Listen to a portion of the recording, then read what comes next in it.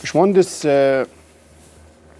الاتحاد الافريقي بيطلب من النادي الاهلي تحديد المواعيد، ولعل الكابتن سيد عبد الحفيظ كان حدد الاسبوع اللي فات المواعيد اللي الاهلي هيلعب فيها المباريات الثلاثه في دوري ابطال افريقيا. هو ده اجراء اداري الحقيقه دايما بيتعمل، وعلى ضوءه بيبتدي يسكن الاتحاد الافريقي المباريات ويحط جدول المباريات. واعتقد ان الامور واضحه عند النادي الاهلي، واداره الكره فعلا بعتت هذه المواعيد. انا طبعا مش متذكرها بدقه لانها يعني رايح وجاي وحاجه زي كده، لكن اعتقد ان يعني باذن الله، ما انت في بدايه الموسم انت اللي بتتحكم بقى في المواعيد، يعني ما انتش مزنوق قصدي في اجنده بتدور لها على ميعاد. طيب، لكن في المساء الاهلي بيقول مطلوب موافقه عاجله للعب في استاد القاهره بعد تهديدات الكاف. احنا بصدد موسم جديد وترتيبات لموسم جديد، والاهلي يمكن سيد عبد الحفيظ قال لنا المره اللي فاتت انه حدد ملعبه استاد القاهره، لكن زي ما بتقول المساء انه الاهلي هيطالب اتحاد او استاد القاهره بتاكيد اللعب في الاستاد عشان يبلغ الاتحاد الافريقي. هل من الوارد ان الاهلي والزمالك هيلعبوا في استاد القاهره في الموسم الافريقي الجديد، ولا هتظل المشكله قائمه يا باشمهندس؟ والله انا ابتديت ما افهمش هو مين ورا قصه المناوئات دي. يعني الاول حددوا لنا الملعب، وبعدين الكليه الحربيه وافقت، وبعدين الاهلي يعني راح بديل موافقه. النهارده بيطالب انه يلعب في الاستاد وعايز يجيب موافقه الاستاد، وبعدين نرجع تاني نمشي من اول السطر في القصه دي. يا ترى هذه المطالبات اذا كان حقيقه الكاف هو اللي بيطلب هذا الكلام هتبقى مع الانديه الاخرى؟ يعني انا اعلم تماما ان تشيلسي ده بيلعب على ملعب عنده يعني مشكله ملعب لغايه دلوقتي. ده ملعب، يعني انا مع احترامي لكل انا رايي ان قبل مباراه تشيلسي على الاهلي ان يتدرب مثلا في الحمول ولا في اي نادي من الانديه الصديقه. انا بقول حمول عشان بس الصديق احمد مجاهد اللي مدوخنا ده نقدر نجيب موافقه نادي الحمول. لكن يبقى انت عايز تلعب ملعب من ملاعب الدرجه الثانيه اللي هي بنقول عليها مش مجهزه انها تبقى ملاعب زي اللي بنشوفها تساعد على لعب كره القدم. ورغم هذا نحن المطالبون دائما بتقديم الضمانات وتقديم المواعيد وتحديد الملاعب، وايضا اختيار ملاعب بعينها. مفيش مانع، بس يبقى ده المسطره اللي الكل ماشي عليها يعني. بس انا عايز افهم برضو المشكله هنا جت منين. يعني الكلام ده اهو هنا بيقول لك يعني استاد القاهره جاهز. يعني انت لما تشوف ان استاد القاهره جاهز، والكلام اللي بيقوله الدكتور اشرف صبحي ان استاد القاهره جاهز، وهو ده المنطق، ان استاد القاهره هو الاكثر جاهزيه لاستقبال مثل هذه المباريات. اذا كان المباراه حتى الان بدون جمهور، ايه مشكلتنا ان احنا نلعب في استاد القاهره؟ ايه المشكله؟ يعني انا مش شايف. وهنا الكلام انه كابتن سيد عبد الحفيظ واللي هو محمود علاب لما اتصلوا باتحاد الكوره عشان ياكدوا اختيار استاد القاهره، اتقال لهم لازم تجيبوا موافقه وزاره الداخليه على اقامه المباريات الثلاثه، وده شرط حتمي. طب وهو في مشكله؟ يعني ما دعنا كده نشوف وزاره الداخليه هتقول او لا. هو طبعا واضح كده ان مساله الكباسيتي او السعه التسويقيه لملعب الكليه الحربيه في استيعابه لعدد الاعلانات. والاعلانات بتخش بشكل معين، بيتضاعف عددها في ملعب استاد القاهره. فهي برضو مسألة ليها علاقة بالمال، حتى لو لم يكن لها علاقة بالجماهير، لأن الإعلانات هنا أستاذ إبراهيم الناس فاهمة إن أنت بتتكلم إن يبقى عدد الجمهور هو اللي بيجيب الإعلانات في الملعب. لا، ده عدد الجمهور اللي بيتفرج عليك في التلفزيون هو القيمة الحقيقية للإعلانات. فلما بتحط عدد أكبر من الإعلانات في ملعب زي استاد القاهرة بيبقى العائد الإعلاني كبير بالنسبة للراعي. عموما هو التوقيتات المباريات اللي الاهلي حددها، الاهلي هيبدا الجوله الاولى مع مازيمبي 8 يونيو يا باشمهندس. الجوله الرابعه عنده مباراته مع تشيلسي هتبقى 5 اغسطس، ومع الزمالك ختاما ان شاء الله 9 سبتمبر. دي المباريات الثلاثه اللي الاهلي هيلعبهم في ملعبه. فحدد مواعيدهم: 8 يونيو مع مازيمبي في القاهره، 5 اغسطس مع تشيلسي، 9 سبتمبر ان شاء الله مع الزمالك. دي المواعيد اللي الاهلي ثبتها كمواعيد. لكن تثبيت الملعب مازال اعتقد مرهونه بالموافقه الداخليه، والداخليه مديه موافقه مشروطه مرتبطه تنفيذ اشتراطات النيابه العامه ده لو في جمهور في تقرير. ما هنرجع نقول اشتراطات النيابه دي مرتبطه بايه؟ السيطره على الجماهير ومراقبه الجماهير. طب انت ما عندكش انما امل ان الاهلي والزمالك يبقوا عندي الموسم أمل. الافريقي بجمهور؟ اذا كان هيسمحوا لنا بجمهور يبقى الكلام كده. اذا توفرت اجراءات السلامه باي ملعب يتم اعتماده يبقى المباراه بجمهور. اذا قيل هذا الكلام يبقى ده كلام جميل جدا. هنا بقى نطالب بسرعه، واعتقد استاد القاهره هو الاقرب الى انه يكون استوفى شروط السلامه. امال يعني اذا كانش استاد القاهره صحيح هيستوفي مين اللي هيستوفي؟ مش يعني بقيه ملاعب الاقاليم هتعمل ايه؟ فانا يعني اعتقد ان مساله بجمهور او بدون جمهور هي اللي هتحسم اذا كان هنتمسك باجراءات السلامه ام لا.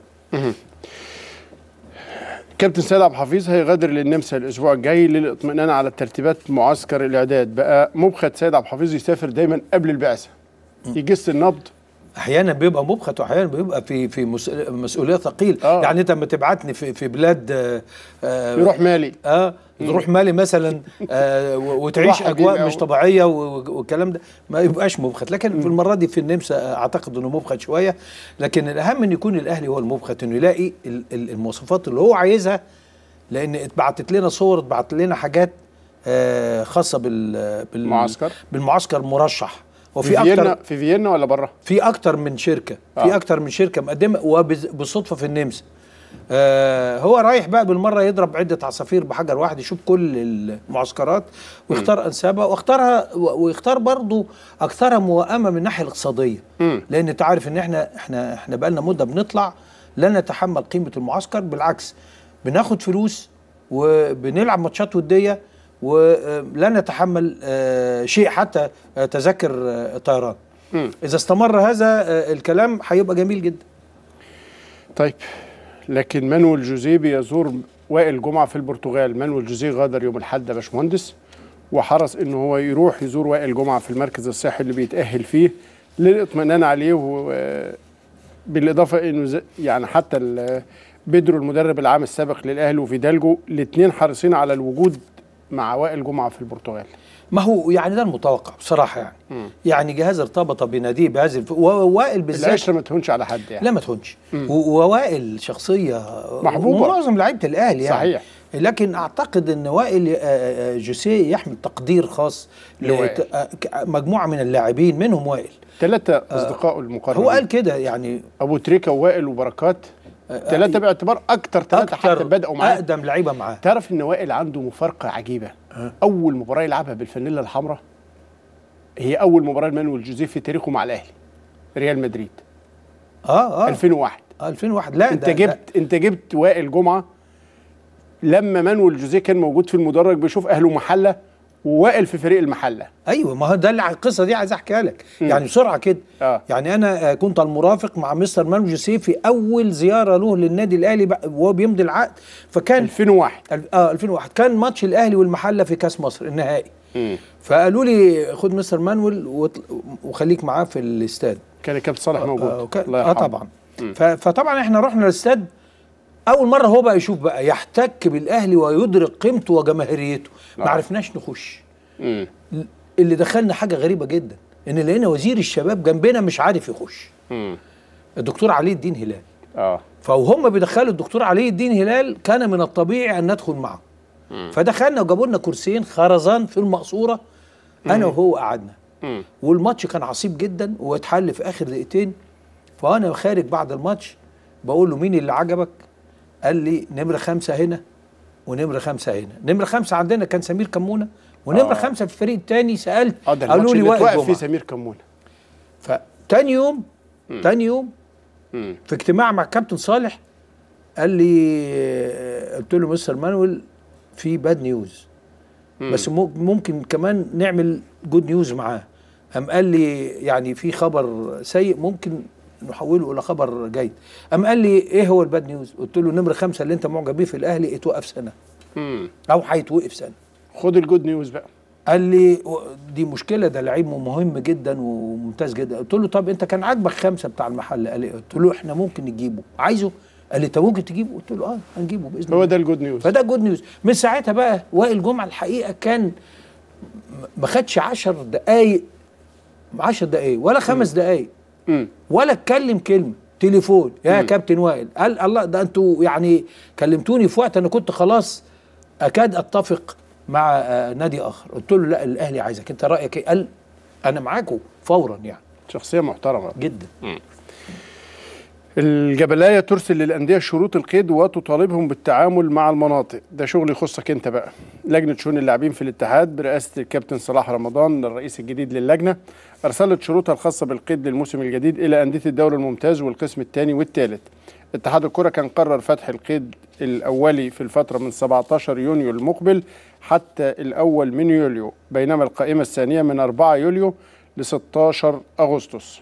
طلب رئيس لجنة شؤون اللاعبين من الأندية التعامل مع المناطق بأن يتم إرسال قائمة كل فريق إلى المنطقة التابع لها، على أن تتولى المنطقة إرسالها لاتحاد الكرة قبل غلق باب القيد بعد غلق البياد.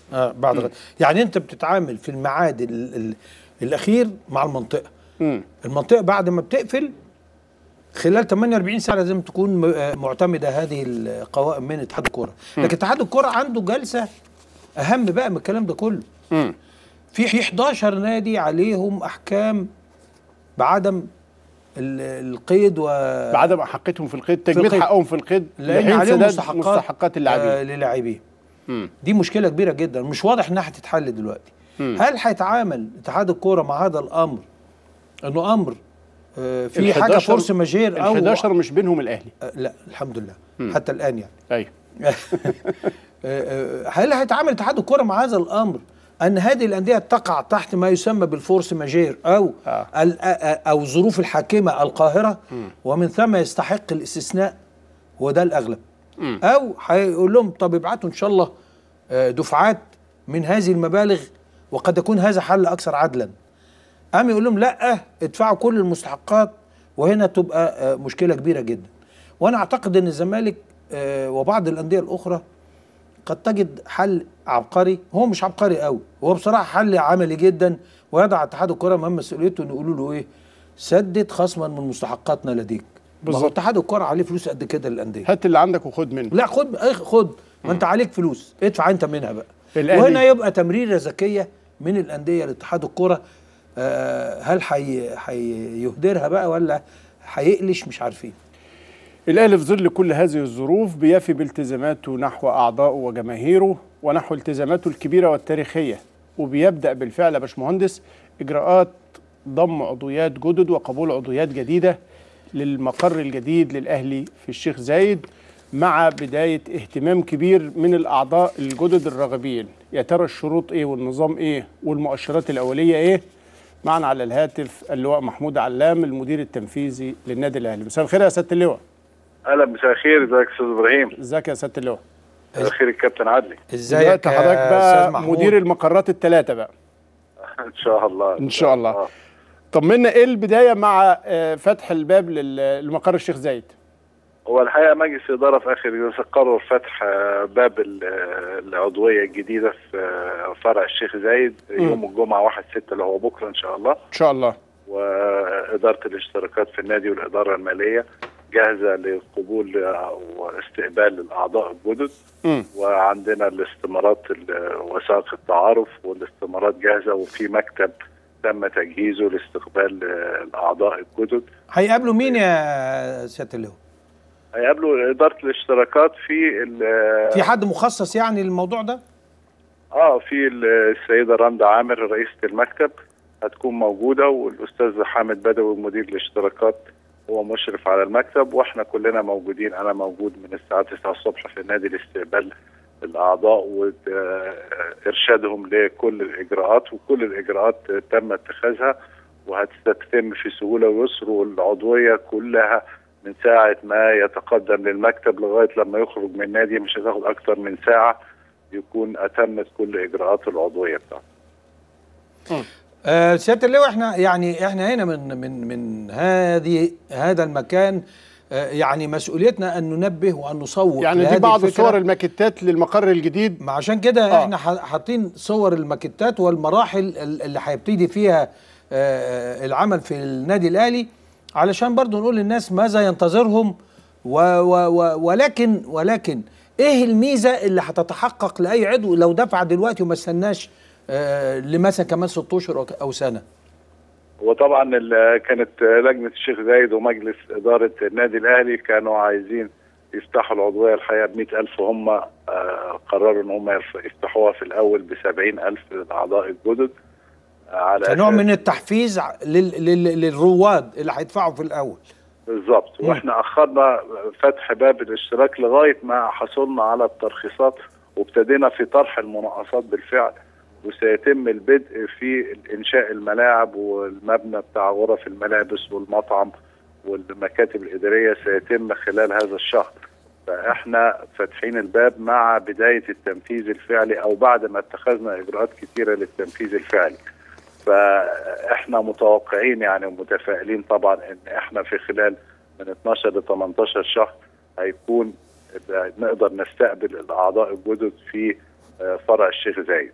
نقدر نقول يا سياده اللواء، معلش عشان انا عايز امسكها مرحله مرحله، نقدر نقول ان بعد سنه قد تتغير هذه القيمه من 70 الى مثلا 90 او 100، بحيث ان يبقى الناس فاهمه ان اللي دفع بدري ده ساهم في انشاء النادي، واللي يجي بعديه هيوصل الى المعدلات الطبيعيه والمنطقيه.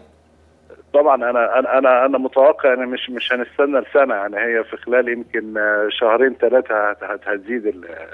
ما دي نقطه مهمه لا يجب الاعلان عنها عشان الناس ما يقولوا ما قلتولناش ليه. لا احنا بنقول من دلوقتي، يعني هنقول هذا، يعني مثلا نقول لهم ايه، هذه القيمه لمده 3 أشهر يعني تقريبا. حتى الان برضه مش عايز اقول 3 اشهر، يمكن مجلس الاداره قرر بعد شهرين، لكن هي هتبقى في حدود شهرين 3. احنا انما الناس تبقى فاهمه يعني ان دي مرحله اولى فسعرها مميز. وان كنت انصح ما نفاجئش الناس، يعني يا ريت ما تجيش تقول ايه الشهر الجاي بقى هنزود، لا يعني دائما نكون مجهزين الناس ان هي عندهم فسحه من الوقت. طيب انت كنت برضو في هذا السياق وتشجيعا للناس انها تيجي تدفع على طول، ايه التسهيلات اللي ممكن ياخدها العضو اللي عايز يدفع دلوقتي، اللي ما معهوش كاش يقدر يسدد مره واحده، يقدر يعمل ايه ويروح لبنوك ايه؟ وهل الفرع في بنك مصر اللي جوه النادي الاهلي من ضمن البنوك اللي هتدي التسهيلات دي ولا لا؟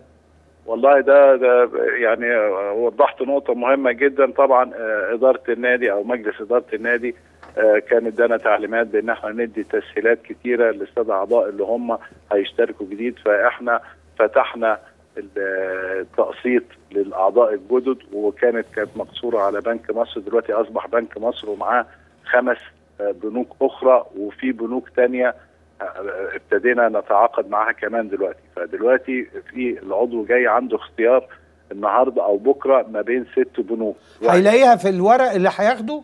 بالظبط، اسماء البنوك دي في الورق اللي هياخده، هياخد ورقه فيها اسماء البنوك اللي هي متعاقد معاها النادي، وفي بنوك في خلال اسبوع و10 ايام في بنوك ثانيه احنا سيتم اضافتها مع، يعني احنا البنوك اللي هي حاليا بنك مصر وبنك اسكندريه وبنك الاسكان والتعمير وبنك الشركه المصرفيه الدوليه والمصرف المتحد، وفي بنتكلم مع البنك الاهلي وفي بنك القاهره وبنك كريدي اجريكول.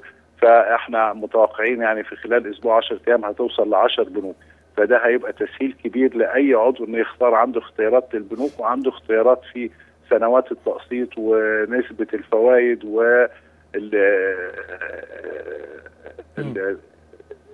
المصاريف الاداريه، في عنده كل المميزات مكتوبه له، ونسبه القرض اللي هياخده ما بين 80 و90%. ففي عنده اختيارات كتيره ما بين حوالي دلوقتي 6 بنوك، وفي خلال اسبوعين هتبقى 10 بنوك ان هو يقدر يقسط معاهم، فده تسهيل كبير طبعا متقدم له.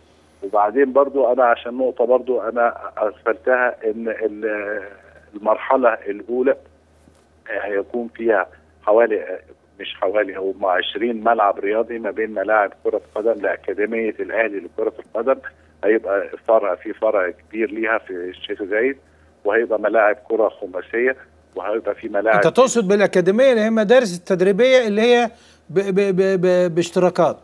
بالظبط، تخدم المنطقة وفي نفس الوقت تحقق عوائد. هتخدم المنطقة وتخدم أعضاء النادي وهتحقق عوائد للنادي، وهتسهل على هل هتكون في كل الالعاب ولا في كرة القدم بس؟ لا هي دلوقتي في كرة القدم، لكن طبعا بالنسبة لبقية الالعاب هيكون في مدارس للالعاب الاخرى، فيها هيبقى الكره الطايره وكره السله وكره اليد، هيكون في مدارس، والتنس هيكون في مدارس. ان عندنا الملاعب هتكون متوفره كلها 20 ملعب رياضي بجميع الالعاب ديت هيكون موجود متوفر. هيكون في مبنى غرف ملابس ومطعم ومكاتب اداريه، هيكون في مبنى اجتماعي، هيكون في حديقه اطفال، هيكون في اماكن جلوس الاعضاء، هيكون في حمام سباحه. دي المرحله الاولى. هيكون في طبعا لازم بنك والمنافذ البيع للاعضاء، هتكون في الخدمات كمان المرفقه بيه. دي في المرحله الاولى، ودي احنا كاتبين في الورق من 2 ل5، لكن احنا متفائلين جدا. احنا متوقعين احنا لن نتجاوز السنتين في المرحله الاولى ان شاء الله، لان احنا كل الخطط بتاعتنا محطوطه، وعندنا شركه عالميه، شركه هيل انترناشونال، هي اللي بتدير المشروع وهي اللي بتتولى المناقصات والاشراف على تنفيذ المشروع. ودي شركه من الشركات العالميه، وهي اللي متوليه، ومحطوط جدول زمني لهذا المشروع، وهي ملتزمه بتنفيذ الجدول الزمني. واحنا ما عندناش اي مشاكل، عندنا التمويل موجود، عندنا الرسومات جاهزه، عندنا شركه اداره المشروع موجوده، عندنا العزيمه بتاعتنا، عندنا الاعضاء والاشتراكات الاعضاء موجوده. عندك كل ده سياده اللواء. وعايز اسالك سؤال يخصني انا شخصيا، لانه بيشكل حلم نفسي اشوفه. هل هناك معمول حساب المتحف اللي نأمل ان يكون على مستوى عالمي وكل دراساته موجودة لدينا؟ هل ممكن ان احنا نناقشه في هذه المرحلة، ولا هنأجله المرحلة الثانية؟ لان هذا المتحف هيكون حاجة كما تصورناها وناقشناها قبل كده، هيكون معلم من المعالم التي يمكن ان تحقق يعني اضافة ثقافية هائلة، مش بس لتاريخ النادي الاهلي، ولكن ايضا لتاريخ وطني كبير، وتاريخ الرياضة المصرية، وايضا شيء تجاري على اعلى مستوى. فهمتك معانا بس كده ايه ان ما يتنسيش ان يتحط في الاولويات. طبعا يا كابتن عادل، انا عارفين ان المتحف ده حلم حياتك، وانت الحقيقه كان ليك دور كبير قوي في محاوله احيائه في كل مرحله من المراحل. عايز يحط صورته في المتحف؟ لا يعني اما نحط القلم اللي احنا بنكتب بيه والحاجات. واحنا عندنا الثبات دوت، احنا عندي موجود في المكتب. سات ابوي طبعا هو عايز يجيب السات ابوي ويحطه مكتوب باسم كابتن. لا طبعا ان شاء الله ده معمول حسابه، مهم جدا في المرحله الثانيه. وغالبا يعني احنا تفكيره طبعا الكابتن عادل كان مشترك معانا، ده هيكون في مشروع الاستاد، لان دوت مرتبط بتاريخ النادي الاهلي وان يكون في المنشاه العالميه اللي هنعملها الاستاد ان شاء الله. ان شاء الله يا رب نشوفه كلنا. ده الحلم الكبير بقى. حلم ده حلم النادي الاهلي، وده حلم، وده اللي احنا كلنا كابتن عادل الجيل بتاعنا احنا خلاص بنشطب دلوقتي. لا تشطب انت لسه ماسك الشعله. ان شاء الله هنحط اللبنه الاساسيه بتاعته، وان شاء الله نشوفه. وده يعني انا متوقع في خلال 5 سنين ننتهي من هذا المشروع بالعزيمه بتاعتنا وعزيمه مجلس الاداره والناس اللي موجودين الحقيقه. انت قلت نقطه مهمه جدا بقى، العزيمه بتاعتنا، عزيمه مجلس الاداره وعزيمه القادمون اللي هم لازم يبنوا على ما فات، ما نبتديش من اول السطر. يعني اذا كنا خدنا خطوه، اللي جاي لازم يكمل عليها باسرع مننا بكلنا باذن الله. بالظبط، ما احنا بنحط الخط الرئيسي بحيث ان هو كل حتى اللي هيجي بعدنا هنمشي على نفس الخط، وهيكون متوافق مع كل احلامنا جميعا. حتى اللي هيجي بعدنا مش هيلاقي سكه ان هو لازم هيمشي ويحقق الحلم اللي بنتورثه اجيال عن اجيال من ايام التتش اللي نوع عليه وكابتن صالح صحيح وكابتن حسن حمدي دلوقتي، وان شاء الله من ياتي بعدهم ان شاء الله. سياده اللواء، سؤال اخير، ربما الناس مشغوله برضو بنظام السداد المالي الاشتراك الاهلي الشيخ زايد. هل ال6 بنوك في اختلاف فيما بينهم مع التعامل مع العضو، ولا في اشتراطات ماليه ثابته النادي حاططها مع البنوك؟ لا هو ما فيش طبعا البنوك، طبعا في بنك من بنك بيفترق على مدة التقسيط ما بين 4 سنين لغاية في بنوك 7 سنين. في بنوك بتدي 70%، في بنوك بتدي لغاية 90% قرض من قيمة الاشتراك. تمام. لكن طبعا في الإجراءات الائتمانية بتاعت البنوك، ودي واحدة، ودي حاجة تبقى خاصة من البنوك ان هو بيعمل القرض، ودي الإجراءات الائتمانية بتاعت كل بنك وكل الناس تعرفها. هل انتوا في مذكرة التعارف للعضو الجديد بتقدموا له بيان كل بنك بيتعامل ازاي، ولا هو بيروح للبنك مع نفسه؟ لا احنا بنديله كل المميزات بتاعت البنك، بتاعت كل بنك 90%. ده كويس. بيديله 7 سنين، ده بيديله 5 سنين كويس. ده سعر، حتى سعر الفايده بنديله ممكن كام، اذا كان في مصاريف اداريه قيمتها كام، وفي بنوك بتاخد مصاريف اداريه وفي بنوك ما بتاخدش مصاريف اداريه. فدي تسهيلات، ودي كلها احنا واخدينها ومحطوطه في ورقه واحده، هيعرف موقف كل بنك من البنوك اللي هو ممكن اقول لك فكره تسويقيه وتاريخيه، ممكن لو انا شخصيا بقدم احب ان انا الاقيها. ليه ما نفكرش في شهاده او ميداليه رمزيه كده، كل عضو يجي يقدم يبقى ده العضو رقم 1 في تأسيس مدينة الشيخ زايد، أهلي الشيخ زايد، وهكذا وهكذا وهكذا لحد إيه ما نكمل المراحل، يبقى كل واحد فخور قوي بالشهادة دي، يقول أنا كنت رقم كذا في هذا المشروع وأنا ساهمت في هذا المشروع. فكر فيها. طبعا فكرة جميلة كابتن عادل. هو عموما الإيصال اللي بياخده احنا مبتدئين من أول واحد هيبقى رقم 1. نديله شهادة بقى معاه، بنديله الميداليه التذكاريه للنادي لكل عضو، على الاقل نقول مثلا ال 100 عضو الاوائل. لا شهاده عشان رقم كذا ومختومه، انا العضو رقم كذا، يقول لاولاده بقى شوف انا كنت العضو رقم كذا. معروف طبعا علاقه عضو الفرع في الشيخ زايد مع الجزيره ومدينه نصر، ان هو ده النادي وده عضو فرع حسب ما اللائحه بتقول. أيوة. بس عضو الفرع الجديد في الشيخ زايد من الممكن يستفيد بحاجه زي منتجع مرسى مطروح برضو في التصيف مع الاعضاء؟ ممكن يعني دي ندرسها، نعرضها في مجلس الاداره، وممكن ندرسها يعني يعملوا لهم جناح الشيخ زايد بقى في مرسى مطروح. لا ممكن جدا يعني تبقى ليهم فرصه اضافيه.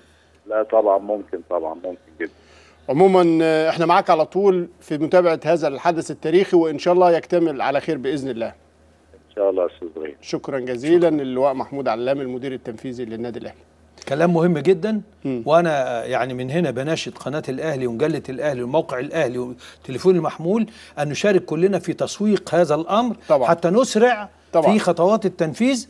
وهو طلعنا بفكره جديده، انا متاكد ان اللي هو محمود ما بياخدش الكلام ويرميه. صحيح. ان انا كل عضو يا جماعه ديناميكي هو يعني ان كل عضو هيجي هيكتب رقم اسهامه بشهاده بسيطه في تكلفتها يمكن وشكلها، لكن عميقه في معناها وفي تاريخها.